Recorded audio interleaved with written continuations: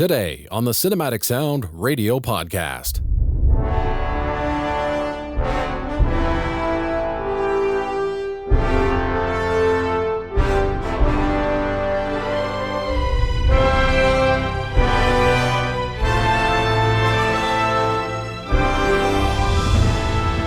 We conclude my look at my favorite scores of 2023.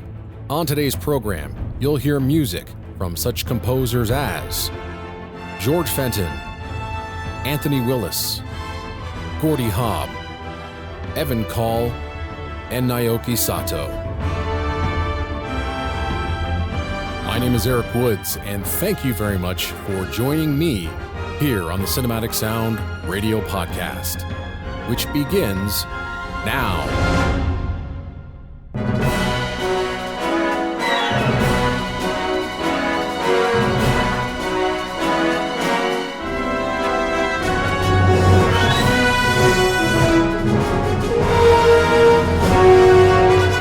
On the air and streaming on the web since 1996, this is the Cinematic Sound Radio Network. And welcome back to the Cinematic Sound Radio Podcast. My name is Erik Woods, the founder and executive producer of this podcast. I'm also a proud member of the International Film Music Critics Association. This is a podcast that celebrates everything film, TV, and video game music. There is something in this podcast for everyone, whether you're a film music veteran or a movie music newcomer. I just want to say thank you for taking the time out of your busy schedule to give us a listen, and I hope you enjoy the program. Of course, I can't forget our patrons who help make this show possible. If you would like to join the Cinematic Sound Radio Podcast Patreon, then please head over to patreon.com/cinematicsoundradio.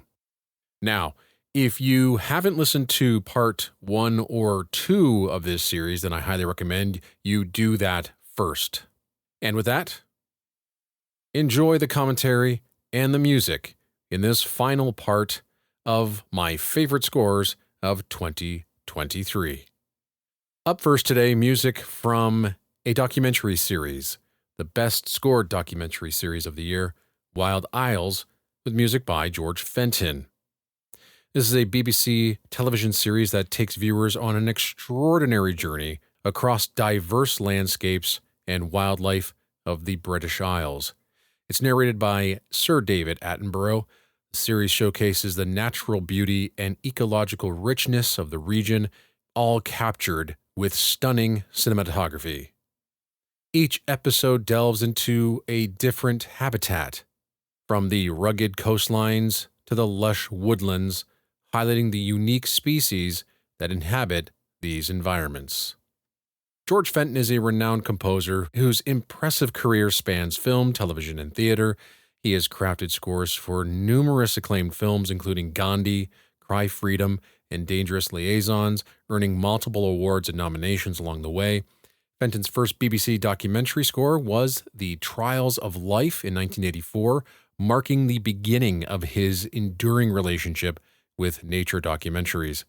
He is particularly celebrated for his work on other BBC documentaries such as Planet Earth, Blue Planet, and Frozen Planet, where his music has become synonymous with the grandeur and majesty of the natural world.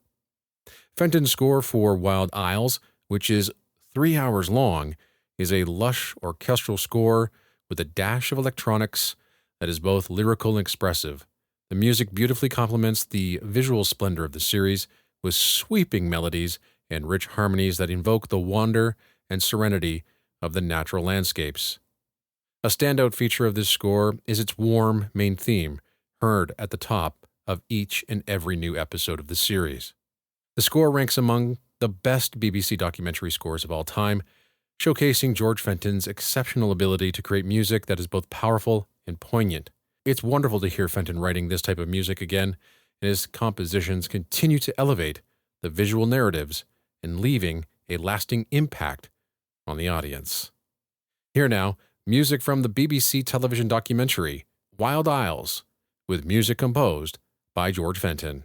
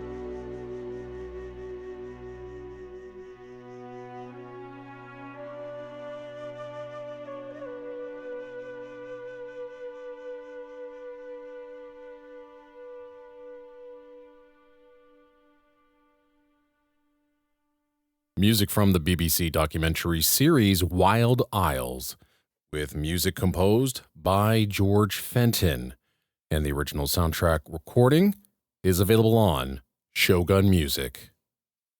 Up next is music from the psychological thriller, written, directed, and produced by Emerald Fennell, called Saltburn, starring Barry Keoghan and Jacob Elordi. The film is set in Oxford and Northamptonshire. It focuses on a student at Oxford who becomes fixated with a popular, aristocratic fellow student who later invites him to spend the summer at his eccentric family's estate called Saltburn. The score was composed by Anthony Willis, and he recorded his score with the London Contemporary Orchestra and Chorus, and includes guest appearances from the organ at Temple Church and numerous homages to Handel's 1724 coronation anthem, Zadok the Priest. During a FlickeringMyth.com interview, Willis talked about how he incorporated classical music with a bit of Gothicism and how that all fed into the mid-2000s setting. In summary, here's what he said. With the setting itself an amazing soundtrack curated by the director that truly established the sense of nostalgia and period feel, Willis's mission with the score was to underline something much more than just that era. It was Saltburn itself and what it represented, an idea that had been around for a long time. That's why he wanted to start with a slightly classical style to invoke a sense of tradition and mythology. Additionally, Saltburn has a maze, which serves as a Gothic symbol of mystery. Of course, the film's structure is very mysterious, and Oliver's character adds to that mystique. So those two things are very much interlinked. It was his journey to the school, Oliver's desire to fit into Saltburn, and then ultimately his desire to possess Saltburn. The film is a weird one. The score, though, really enhances everything that's on screen, and it is an impressive effort from Anthony Willis, who also wrote music for director Fennell on her previous film, Promising Young Women. I hope to hear more from Anthony Willis, and I think you'll enjoy the selections we have for you right now. Here is Saltburn.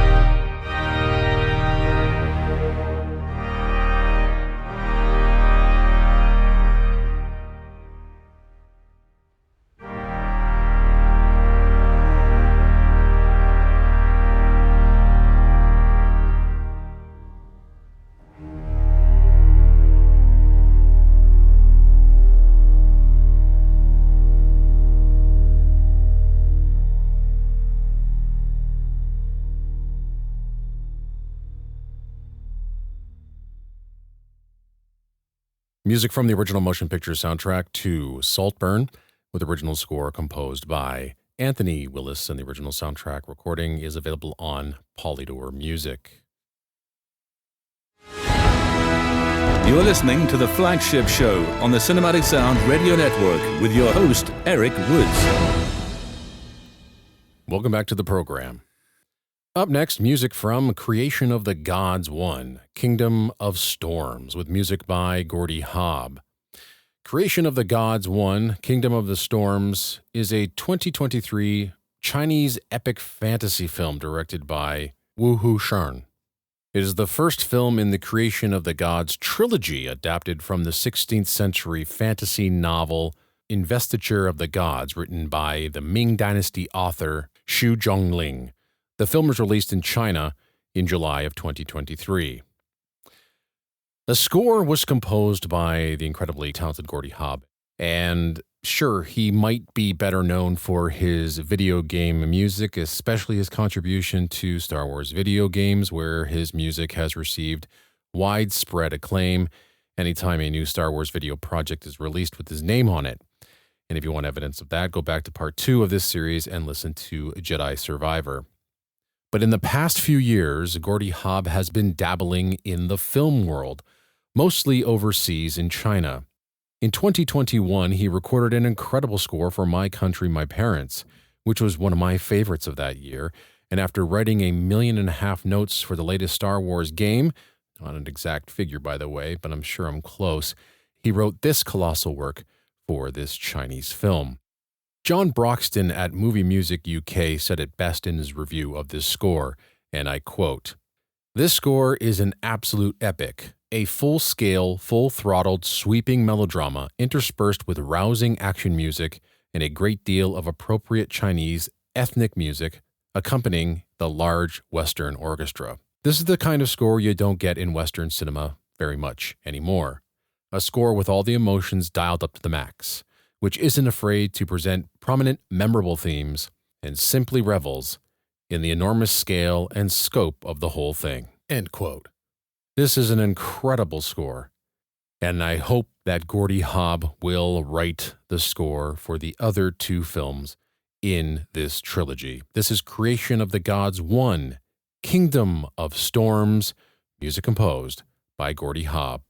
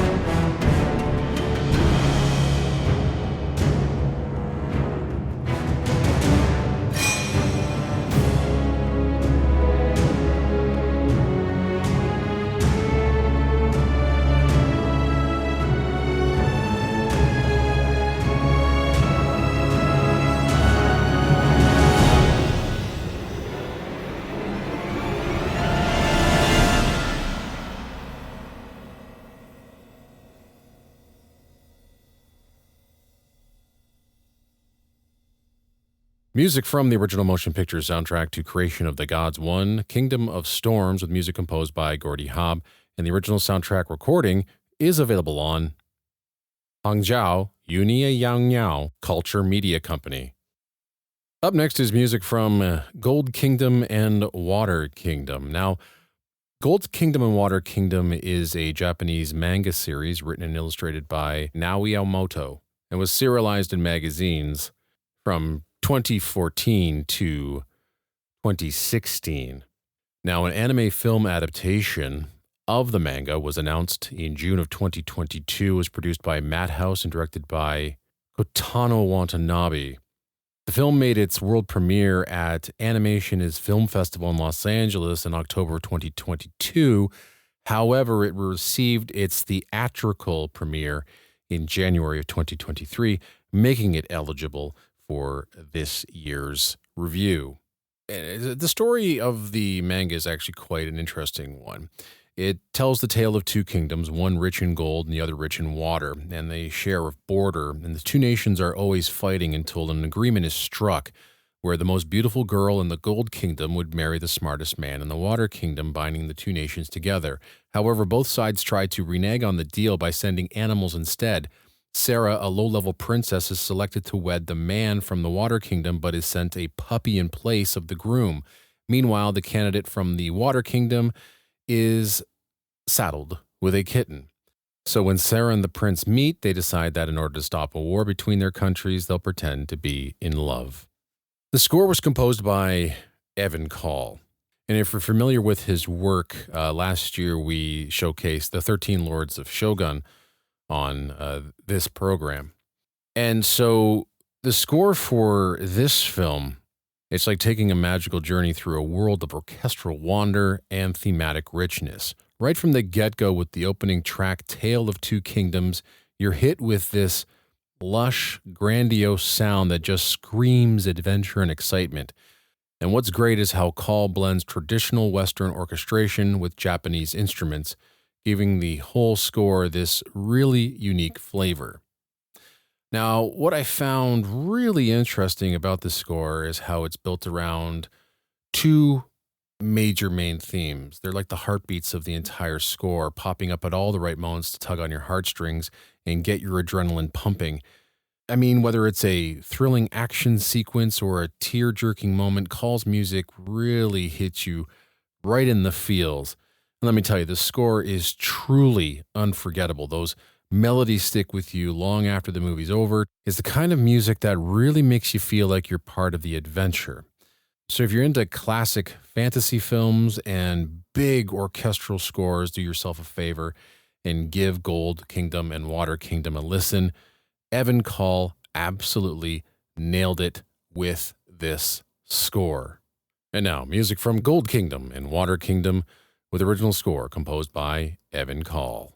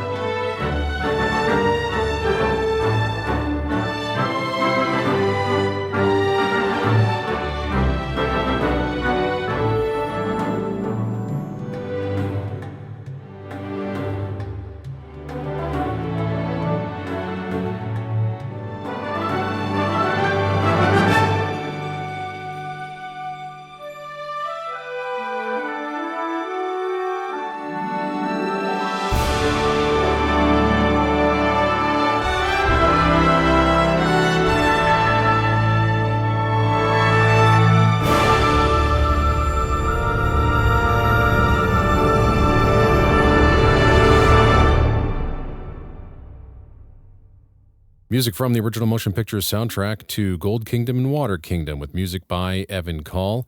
And the original soundtrack recording is available on Nippon Television Music.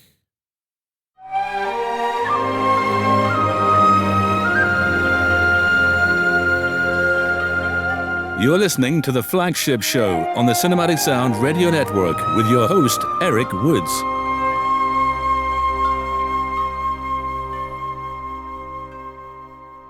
Well, we've come to the end of the show, and let's play music from my favorite score of 2023. From the moment I heard this score, I knew it was going to be my favorite of the year, and then finally seeing it in context, it just absolutely bowled me over. It is an incredible work, and one that has stuck with me for many, many months, and I am sure I will be playing this score for many, many years to come. It comes from the film Godzilla -1 with music by Naoki Sato. The film was written, directed, and featured visual effects by Takashi Yamazaki and is the 37th film in the Godzilla franchise.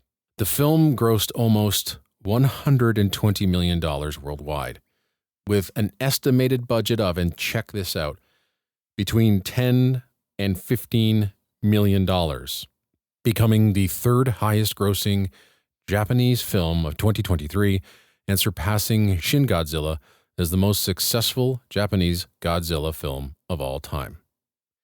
Critics praised its visual effects, direction, screenplay, characters, the score, and social commentary, with many hailing it as one of the best films of 2023. I would agree with that. And amongst the greatest in the Godzilla franchise. I would agree with that as well. It also attained numerous accolades, including a leading 12 nominations at the 27th Japanese Academy Film Prize. It won 8. It had 3 nominations at the 17th Asian Film Awards. It won 2.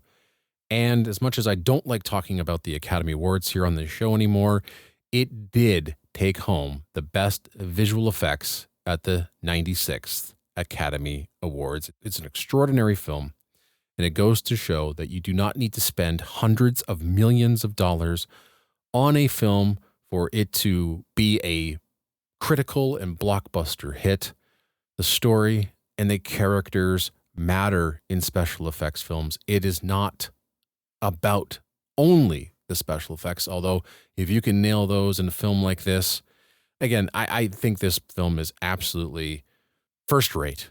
It's emotionally devastating. I never thought in a million years I would shed tears watching a Godzilla film. As for the score, as I said, no doubt, easily the best score of the year in my opinion. The opening cues of this film immediately blur the lines between music and sound effects. It's a technique I typically don't enjoy, but Sato's execution feels more musical than mere mimicry. The basses, especially, resemble air raid sirens or Godzilla's roar, accompanied by an electronic element akin to Godzilla's atomic charge before the iconic breath of fire is expelled by Godzilla. The score seamlessly integrates with the atmospheric elements of the film, avoiding confusion between sound effects, sound design, and music. The manipulation of certain sounds adds an intriguing dimension, showcasing Sato's mastery compared to lesser attempts by other composers. Tracks like Divine exude Goldenthal-esque brilliance, especially in the pristine low ends of this recording. The prominence of brass, reminiscent of Hans Zimmer's style, adds depth, particularly evident in the elegy. Despite these commendable aspects, the placement of the Godzilla suites kind of disrupts the tone of the score.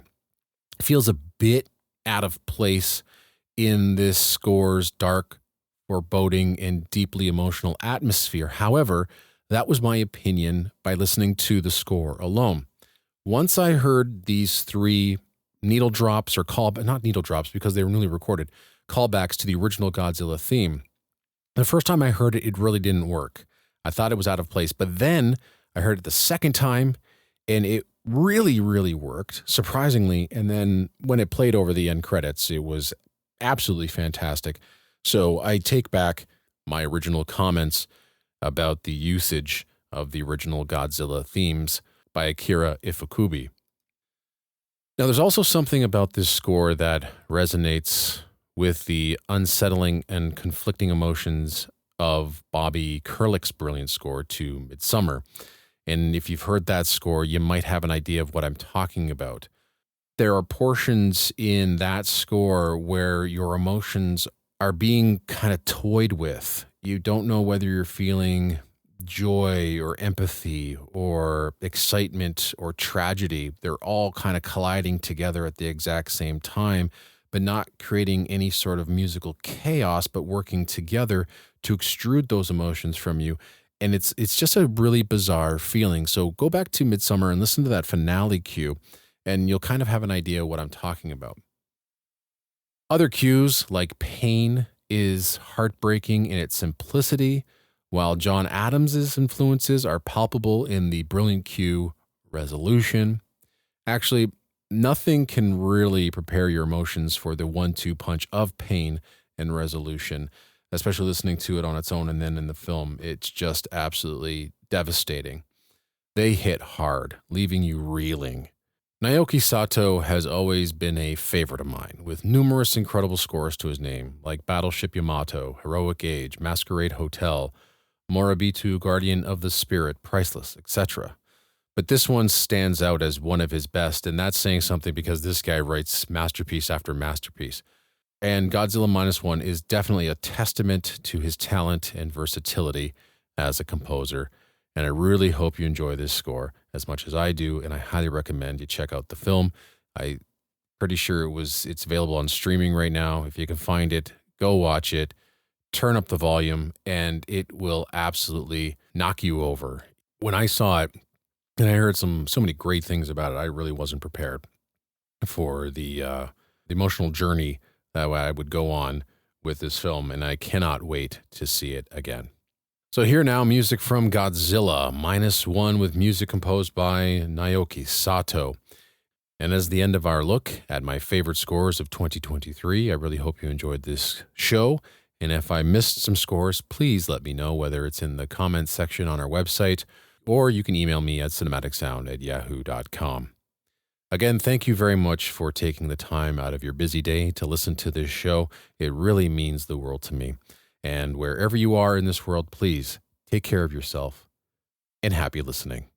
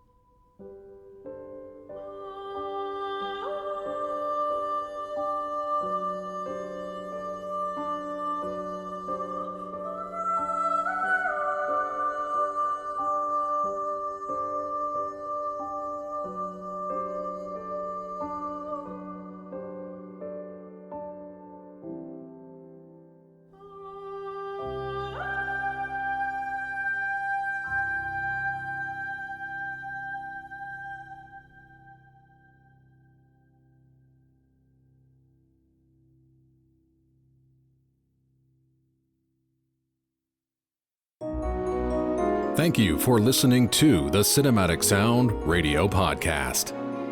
I want to thank Tim Burton for providing his voice for all the bumpers you hear throughout the program, and to David Coscina for providing Cinematic Sound Radio's theme music. If you have any questions, comments, or concerns, please email us at cinematicsound@yahoo.com. You can find us on social media on Twitter, Facebook, and Instagram. And wherever you're listening to us today, please take a moment right now to leave us a rating and a review of the podcast. You can get a Cinematic Sound Radio t-shirt at our TeePublic store. You can join our Patreon at patreon.com/cinematicsoundradio. And don't forget to check us out on the web at cinematicsound.net.